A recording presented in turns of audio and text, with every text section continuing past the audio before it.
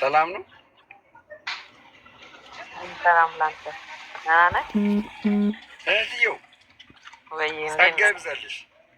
ሰላም እና ተከበረ። እንዴት ነህ? ዌልካም በስንት ጊዜ። አይ ኖ ሰላም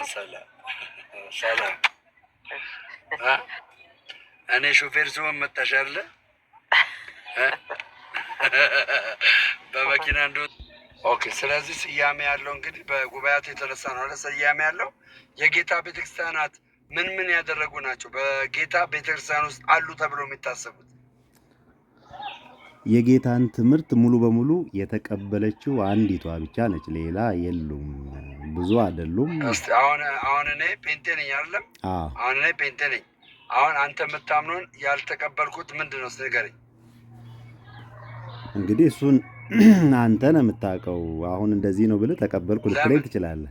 አይ አንተ ነህ አሁን ስለምታምነውና ስለማታምነው ነገር መግለጽ ያለብህ አንተ ነህ አይደለም?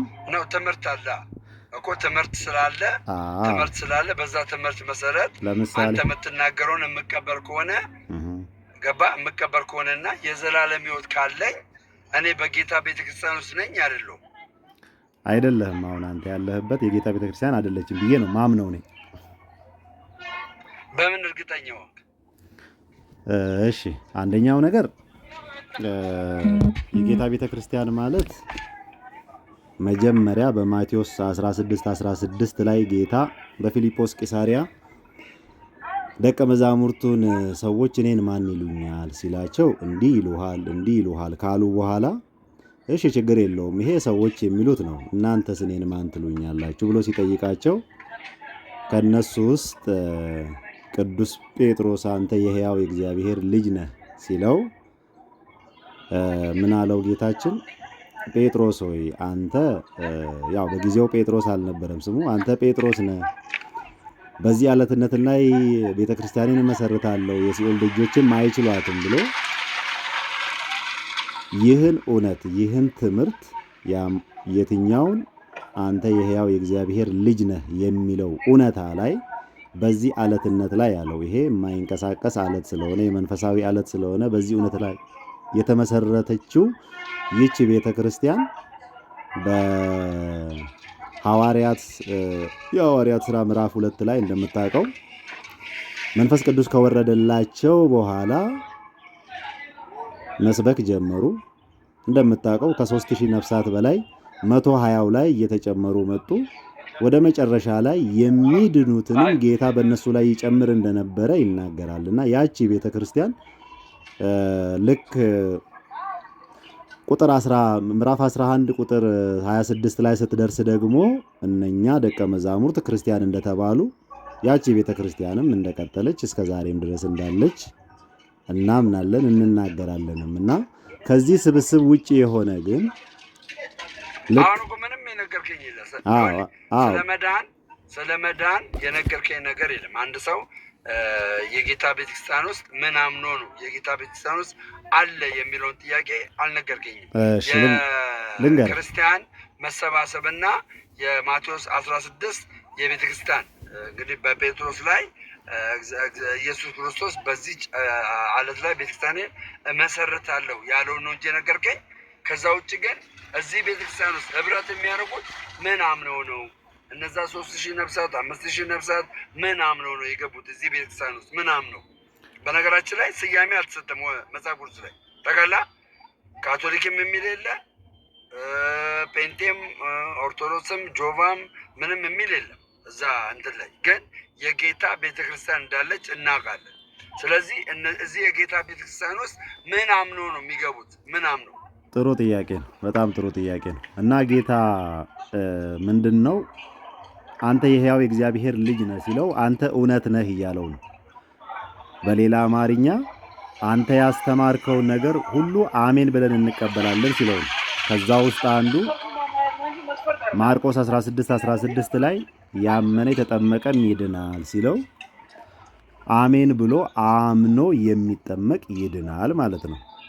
ስለዚህ ፕሮቴስታንቲዝም ደግሞ ምናልባት ከመካነ ኢየሱስ ውጪ ጥምቀት ለድነት ብላ አታስተምርም። ይቅርታ አይወል አሁን አንተ ስፔሲፊክ አድርገህ አትናገር። በቃ ጀስት አሁን ፕሮቴስታንቲዝም መካነ ኢየሱስ ውጪ አሁን መካነ ኢየሱስን ካልተቀበልኩኝ ነው ኦርቶዶክስ የምታስተምረውን ትምህርት የማልቀበለው። መካነ ኢየሱስን ከተቀበልኩኝ ኦርቶዶክስን መቀበል አለብኝ።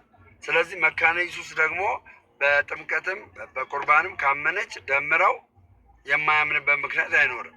ያምናል።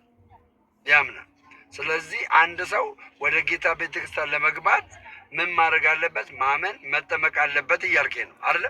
አዎ፣ የጌታ ስጋና ደም ደግሞ እውነተኛ የጌታ ስጋና ደም ነው ብሎ ማመን አለበት። ጥምቀት ለኃጢአት እንደዛ ስርየት ደግሞ እንድናምን ጥምቀት ይገባኛል። እንደዛ እንድናምን የዮሐንስ ወንጌል ምዕራፍ 6 ቁጥር 54 ላይ ስጋዬን የበላ ደሜን የጠጣ የዘላለም ሕይወት አለው ይላል። አዎ የዘላለም ሕይወት አለው ይላል። ስለዚህ አክሽን ነው። በዕለት ቀን ለምሳሌ በአመት አንዴ፣ በአመት ሁለቴ፣ በአመት ሶስቴ፣ በወር አንዴ፣ በቀናት አንዴ ምናምን ተብሎ ስፔሲፊክ ተደርጎ ካታጎራይዝ ተደርጎ በቀናት ባይቀመጥም የጌታ እራት ግን ገባ የማይወስድ ሰው የለም። ያንን የሚወስድ ሰው ደግሞ ስጋውን መብላቱ ደሙን መጠጣቱ የዘላለም ሕይወት እንዳለው እየመሰከረ ነው ማለት ነው። ስለዚህ ይህንንም እንቀበላለን። እሺ ይሄን ሁሉ ነገር ለማድረግ ደግሞ ጌታ የሰጠን ስልጣን አለ። ስልጣነ ክህነት። እሱ ሊቀ ካህን ሆኖ ቆይ አያስጨርሰኝም። ከመጽሐፍ ቅዱስ ነው የምትነግረኝ? ከመጽሐፍ ቅዱስ ነው። አይዞህ ከኪሴ አላወራም። ከኪሴማ አላወራም። ኦርቶዶክስ ነኝ እኔ። ኦርቶዶክስ ከኪሱ አያወራም፣ ያው ታውቃለህ።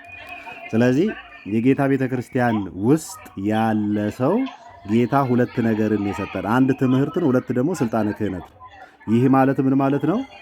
አንተ በምድር የፈታኸው ያሰርከው በሰማይ የታሰረ ይሆናል፣ በምድርም የፈታኸው በሰማይ የታሰረ ይሆናል ብሎ ስልጣንን ልክ ማቴዎስ 16:18 ላይ ለጴጥሮስ እንደሰጠው 18:18 ላይ ደግሞ ለሁሉም፣ ከዛ ደግሞ የዮሐንስ ወንጌል ወደ መጨረሻ ላይም ሁሉንም ይሄንን ስልጣን እንደሰጣቸው ታስታውሳለህ ብዬ አስባለሁ። ተሳስቻለሁ? አዎ። ይህ ስልጣነ ክህነት ለማጥመቅ እንደሚሆን ደግሞ ወይ ደግሞ አጥምቁ ሲላቸው ደግሞ ምን አላቸው? ማቴዎስ 28 ቁጥር 19 ላይ ሂዱና አላቸው። ሂዱና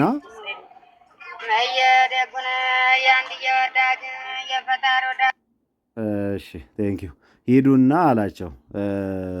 አሕዛብን ሁሉ በአብ በወልድ በመንፈስ ቅዱስ ስም እያጠመቃችሁ ደቀ መዛሙርት አድርጓቸው አላቸው።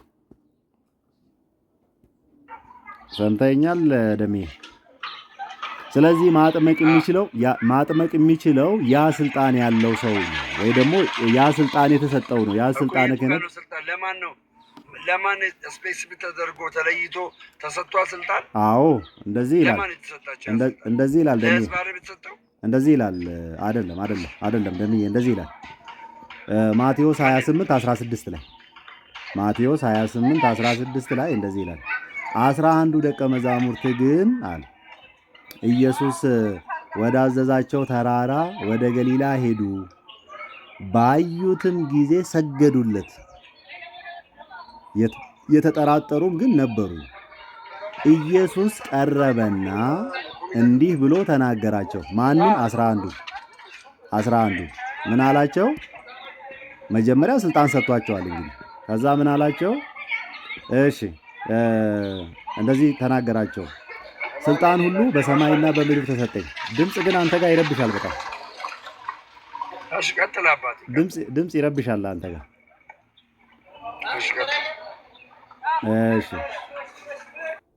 እሺ አመሰግናለሁ። ስልጣን ሁሉ በሰማይና በምድር ተሰጠኝ ካላቸው በኋላ ምን አላቸው? ሂዱና አላቸው። ሂዱና አሕዛብን ሁሉ በአብ በወልድ በመንፈስ ቅዱስ ስም እያጠመቃቸዋቸው ያዘዝኳችሁንም ሁሉ እንዲጠብቁ እያስተማራቸዋቸው ደቀ መዛሙርት አድርጓቸው፣ እኔም እስከ መጨረሻ ማለት እስከ ዓለም ፍጻሜ ድረስ ከእናንተ ጋር ነኝ ብሎ ስልጣንን ሲሰጣቸው መጀመሪያ ስልጣን የተሰጠው ለነኚህ ለ11 ነው። ከዚህ በኋላ ላለው ደግሞ ከ11 በኋላ ላለው ደግሞ ሮሜ ምዕራፍ 10 ላይ መሄድ እንችላለን ፈቃድ ከሆነ ደሜ መብት ነው ችግር የለውም ሂድ እግዚአብሔር ይስጥልኝ አመሰግናለሁ በጣም እና ከዚህ በኋላ ደግሞ የሚነሱት ሳይላኩ ማስተማር እንደማይችሉ ቅዱስ ጳውሎስ ማናቸው እነዛ ማንም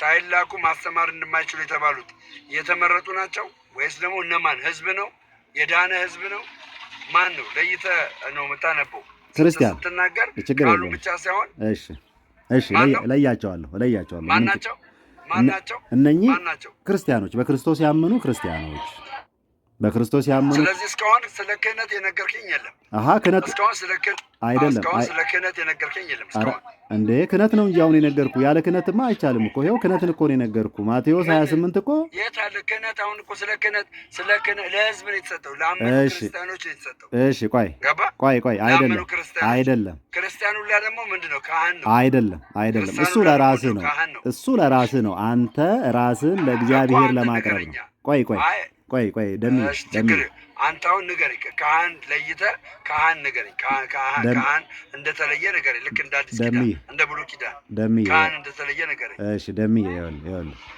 አንተ ለራስህ ካህን ነህ የምትለው ራስህን ለእግዚአብሔር ለማቅረብ ኃጢአትህን ለእግዚአብሔር ለመናዘዝ አዎ አንተ ለራስህ ካህን ነህ ይሄንኝን ቅድም ያልኩህን ሚስጥራት ለመፈጸም ግን ደሚዬ በደንብ እየሰማኸኝ እንደሆነ ተስፋ አደርጋለሁ ኖ ብራዘር ይኸውልህ አሁን አንተ እንዳወቅ ከሆነ ነው እያወራ ያለው ቃሉና አንተ የምትናገረው ግን እየተገናኘ አይደለም ገባለ እኔ እያነበብኩልህ ቃሉን እያነበብኩልህ ልንገር እንጂ የራስን ስሜት አለ መናገር ያለብህ ገባ ቃሉን እያነበብኩልህ ስነግርህ ለምሳሌ ከማቴዎስ ወንጌል ምዕራፍ 28 ላይ ልጀምርልህ ከማቴዎስ ወንጌል ኦኬ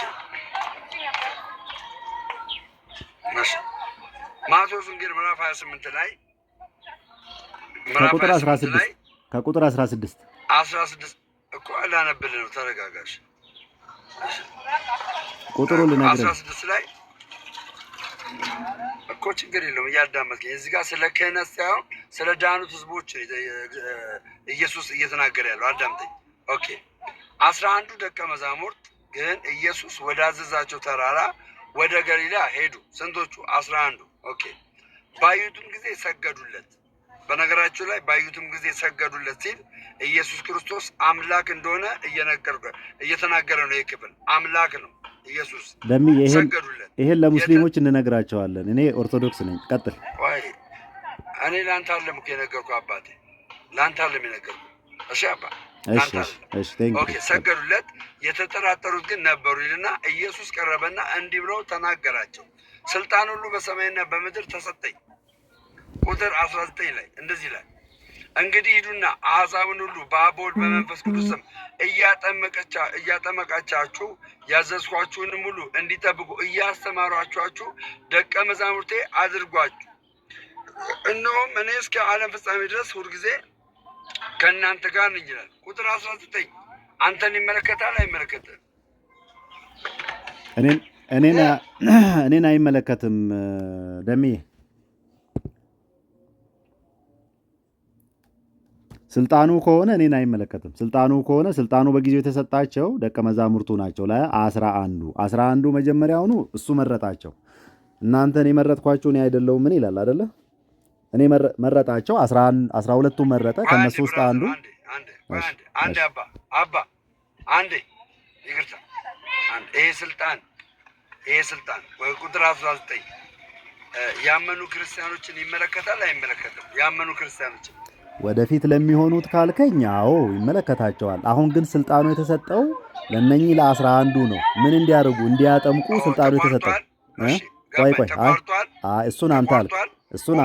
እሱን አንተ አልክ እነሱ ግን ምን ያደርጋሉ ስለዚህ ከቀጠለ እኔን ይመለከታል አይመለከትም ነው አንተን የሚመለከተው እነሱ ሲሾሙ ብቻ ነው አለበለዚያ አይመለከትም እሺ አሁን እነሱ ሲሾሙ መጽሐፍ ቅዱስ ላይ የተሾሙ ሰዎችን አይተሃል እኮ ለዛ እኮ ነው ወደ ኋላ መለስከኝ እኮ ሮሜ ጋር ልሄድልህ ስር ወደ ኋላ መለስከኝ ሮሜማ ሌላ ነው የሚናገረው እኮ ችግር የለውም እናንብበው ችግር የለውም። እኔ ላንብብልህ። እኔ እየነገርኩ ስለሆነ እኔ ላንብብልህ። አዎ መጀመሪያ ሮሜ 10 ላይ አዎ መጀመሪያ ሮሜ 10 ላይ ያለውን መጀመሪያ ሮሜ 10 ላይ ያለውን መጀመሪያ ማርቆስን ላንብብልህ። መጀመሪያ ማርቆስ 16ን ላንብብልህና ወደ ሮሜ ወስደሃለሁ። ማርቆስ ላይ ምን አላቸው? ከ12 ጀምሮ እሺ